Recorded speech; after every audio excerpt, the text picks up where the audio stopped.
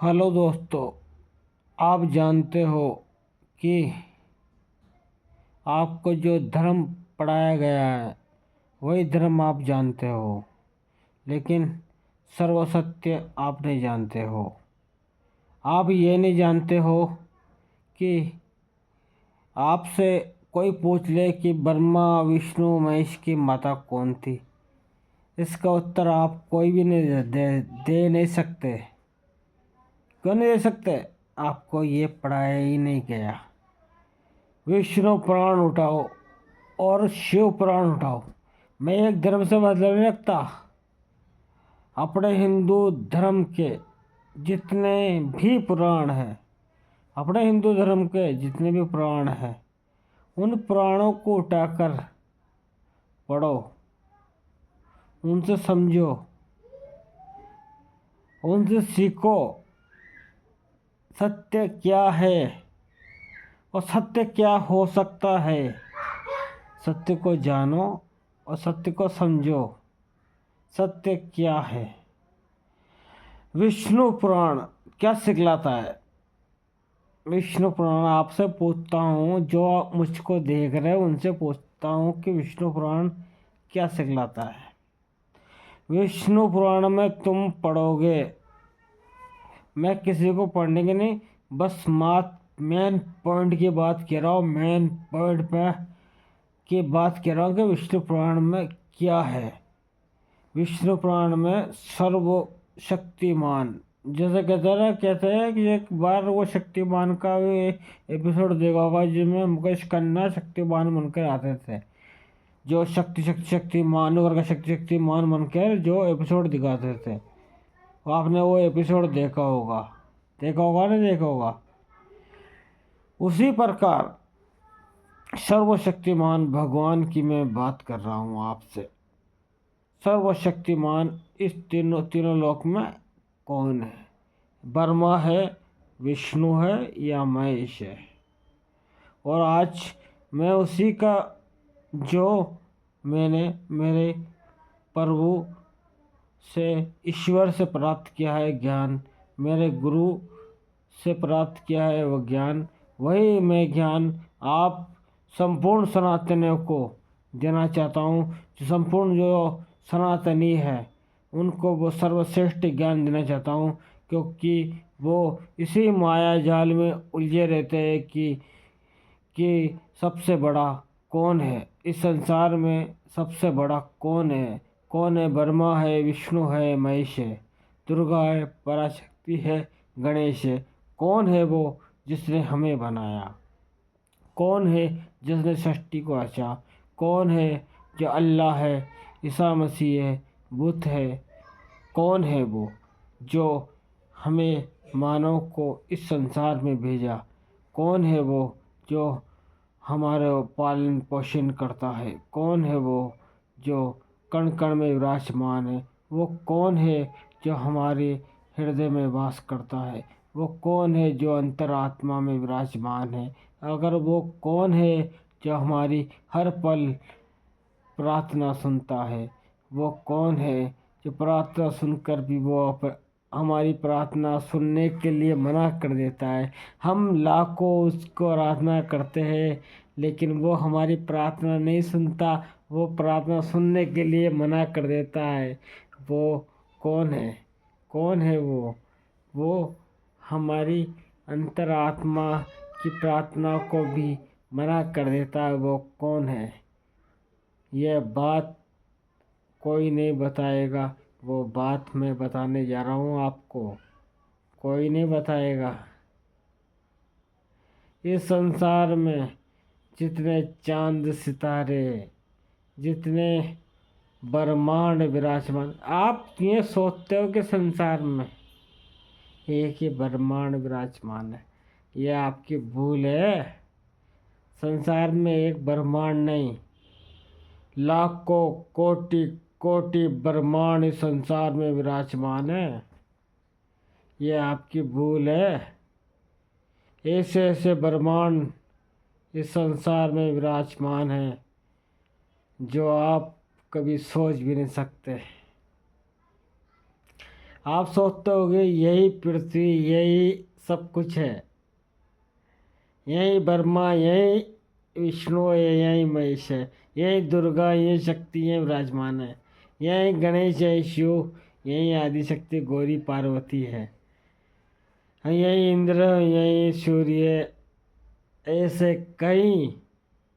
ऐसे कहीं गिरे इस बहुमंडल आकाश की गणना, जैसे पृथ्वी की गणना तो अंदर से ऊपर नीचे तो तक, जब तुम एक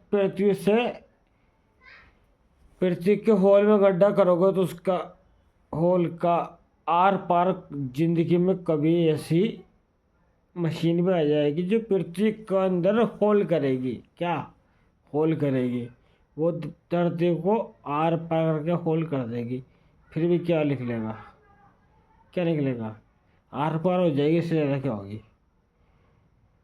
उससे ज़्यादा मानव गुण जितनी क्षमता है, जितनी शक्ति है, वही कर सकता है। और ईश्वर कौन है? ईश्वर वो है, मैं नहीं कहता कि श्री कृष्ण कौन है, लेकिन श्री कृष्ण स्वयं ईश्वर के संतान है, माँ की संतान है। ये हमारे पुराण स्वयं ही कहते हैं, हमारे पुराण कहते हैं। और उन संपूर्ण पुराणों को मैंने तो क्या अध्ययन किया, जितने भी पुराण थे ना, मैंने संपूर्ण पुराणों को तो क्या अध्ययन किया। उसमें शिव पुराण में शिव ने संपूर्ण सृष्टि की रचना की, तो मैंने शिव का भी निरादर नहीं कर सकता, क्योंकि राम जी शिव का नाम जपते हैं। मेरे भगवान श्री राम शिव का नाम जपते, तो उनका अनादर कैसे कर सकता हूँ मैं? फिर मैंने विष्णु पुराण को उठाया। क्या? मैंने फिर विष्णु पुराण को उठाया। फिर मैंने विष्णु पुराण में संपूर्ण सृष्टि जगत, भगवान शेष की सैया पे सोए हुए थे। मेरे भगवान शेष की सैया पे सोए हुए थे। वो नाभि से भगवान ब्रह्मा की उत्पत्ति हुई। और ब्रह्मा जी ने, जब ब्रह्मा प्रकट हुए, तब 100 साल के बाद में मधु और केटव नाम के दानव ब्रह्मा जी को देखकर उनके ऊपर आक्रमण करने की कोशिश की गई। ब्रह्मा जी वहाँ से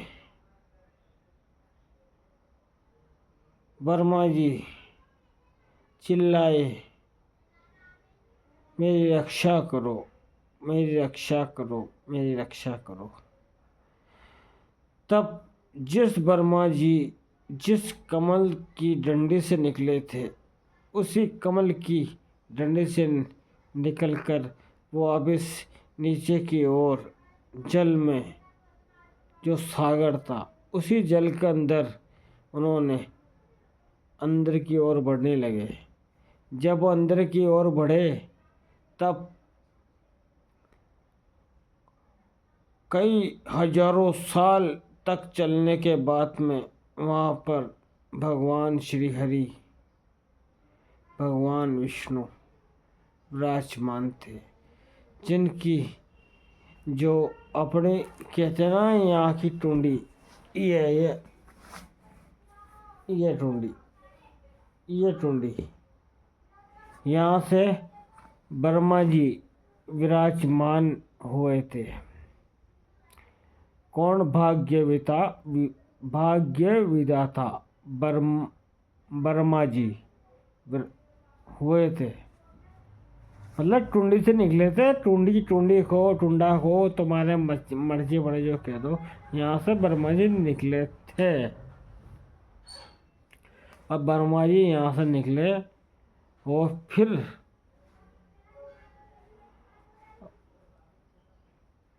फिर आप पूछोगे शंकर भगवान की उत्पत्ति कहाँ से हुई।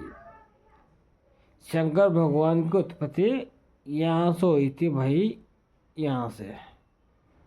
अब दिव्य दृष्टि कहाँ से खुलती है, यहाँ से खुलती है ना। शंकर भगवान की उत्पत्ति यहाँ से हुई थी। हर बजी शंकर भगवान को आप जब भी देखोगे ना, वो राम कृष्ण हरि उसमें पसंद रहते हैं शंकर भगवान। और वो समाधि में भी रहते ना भोलेनाथ, तो बस राम का, कृष्ण का, हरि का, उन्हीं का ही नाम कीर्तन वो करते रहते हैं। आप जानते भी हो लेकिन कहते नहीं हो। मैं सर्व सत्य कह रहा हूँ आपसे।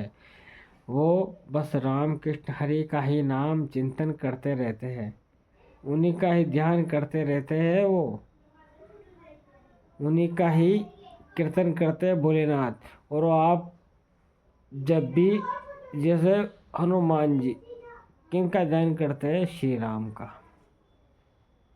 करते ना करते। क्योंकि जैसा कहता ना, बड़े बूढ़े की बीमारी एक दूसरे में आई जाती है, उस प्रकार ही हनुमान जी राम जी के भक्त। अभी मेरा कहते राम जी को था क्या, राम जी को था क्या। अरे राम जी को कुछ भी नहीं था, लेकिन ना कुछ होकर भी सब कुछ था। वो सर्वशक्तिमान होकर भी तुच्छ प्राणियों की तरह रहे। वो चाहते तो रावण को बेटे बेटे भी समाप्त कर सकते, बेटे बेटे भी समाप्त कर सकते थे, लेकिन उन्होंने ऐसा नहीं किया। क्यों नहीं किया? क्योंकि वो दीनदयाल है, भगत वंसल है। उन्होंने ऐसा नहीं किया क्योंकि वो हमेशा ये अपने भक्तों की रक्षा करते हैं, सहायता करते हैं, सदैव अपने भक्तों की ऊपर कृपा करते हैं। इसलिए उस भगवान श्री हरि नारायण ने कुछ नहीं किया। तो रावण की इतनी औकात थी क्या जो भगवान हरि को आके दिखा सके, उनके ऊपर आके उठा सके। बस वो तो हरि, वो एक बात कहता है ना, क्या कहती है वो, कौन सी बात थी वो, हरि कथा अनंत, हरि कथा अनादि अनंत, हरि कथा अनादि अनंत, हरि हरि बोल, हरि से बड़ा ना जग में ना कोई मोल। मतलब शिव और ब्रह्मा और विष्णु और महेश, किसी का भी नाम लो तुम, जिस भाव से और जिस उससे ध्याओगे ईश्वर को, उसी रूप में ईश्वर आएगा। तुम भूतों को भजोगे तो भूतों के रूप में आएगा, हरि के रूप में धसोगे तो हरि के चतुर्भुज रूप में आ जाएगा, और कृष्ण के रूप में धसोगे तो सुदर्शन चक्कर के लेकर आ जाएगा। और प्रेम से ध्याओगे तो वो कुछ कुछ भी रूप धर सकता है। वो हरि है, अनंत है, संपूर्ण सृष्टियों का स्वामी है। उनकी लीला कहाँ से समाप्त होती है और कहाँ पे अंत होती है, वो कोई नहीं जान सकता। वही अंत है, वही अनादि है, वही सर्वस्थ है, वही निराकार है। और माँ ललिता की जो आपको प्रश्न में जो स्टोरी सुनाई थी, माँ ललिता है कौन? माँ ललिता मेरे भगवान श्री हरि की माता कही गई है। कही गई है किस रूप में कही गई है, मैं अगला पार्ट जरूर आपको उस में जरूर बनाऊंगा कि माँ ललिता कौन थी, कौन है। अगर आप माँ ललिता का अगला पार्ट देखना चाहते हो तो मेरे वीडियो को सब्सक्राइब करना, शेयर करना। और माँ ललिता कौन है, ब्रह्मा विष्णु की माता कैसे हुई, और यह वीडियो आप दूसरा पार्ट देखना चाहते हो तो मेरे वीडियो को शेयर करोगे तभी मैं वीडियो बनाऊंगा। ये तो मैं वीडियो नहीं बनाने जा रहा, क्योंकि मेरा नया नया चैनल है भाई। अगर मेरे सब्सक्राइब आएंगे तभी मैं आगे की वीडियो बनाऊंगा, ये तो मैं वीडियो नहीं बनाऊंगा। जय श्री राम, जय श्री कृष्ण, जय श्री हरि, जय श्री नारायण। आगे के वीडियो आएंगे तभी वीडियो बनाऊंगा। और माँ ललिता की पूरी स्टोरी सुना कर जाऊंगा। यह भी एक राम भक्त एक हरि के भक्त की, और माँ ललिता की जय, श्री आदि शक्ति की जय, और सत्य सत्य के जाऊंगा। और मेरे वीडियो को लाइक भी करना, कमेंट भी करना, शेयर भी कर देना। आपका भाई हूँ, आपका सनातनी हूँ, आपका हिंदू भाई हूँ। आप जो मेरे वीडियो को लाइक करेंगे, कमेंट करेंगे, शेयर करेंगे तो मेरा भी भल 2 पैसे मैं भी कमाऊँगा। और लेकिन मैं फर्जी वीडियो नहीं बनाऊँगा, जो है सर्वसत्य ही आपको बतलाऊँगा और सर्वसत्य ही आपसे बात कहूँगा। मैं पैसा वाला नहीं, मात्र गरीब आदमी हूँ, और आपसे जो कहूँगा सत्य सत्य ही कहूँगा। मेरे वीडियो को लाइक कर देना भाई, कमेंट कर देना, शेयर कर देना, और जय श्री राम लगाकर जयकारा कर देना। जय श्री राम, जय हनुमान संकट मोचन कृपा निदान। जय श्री राम।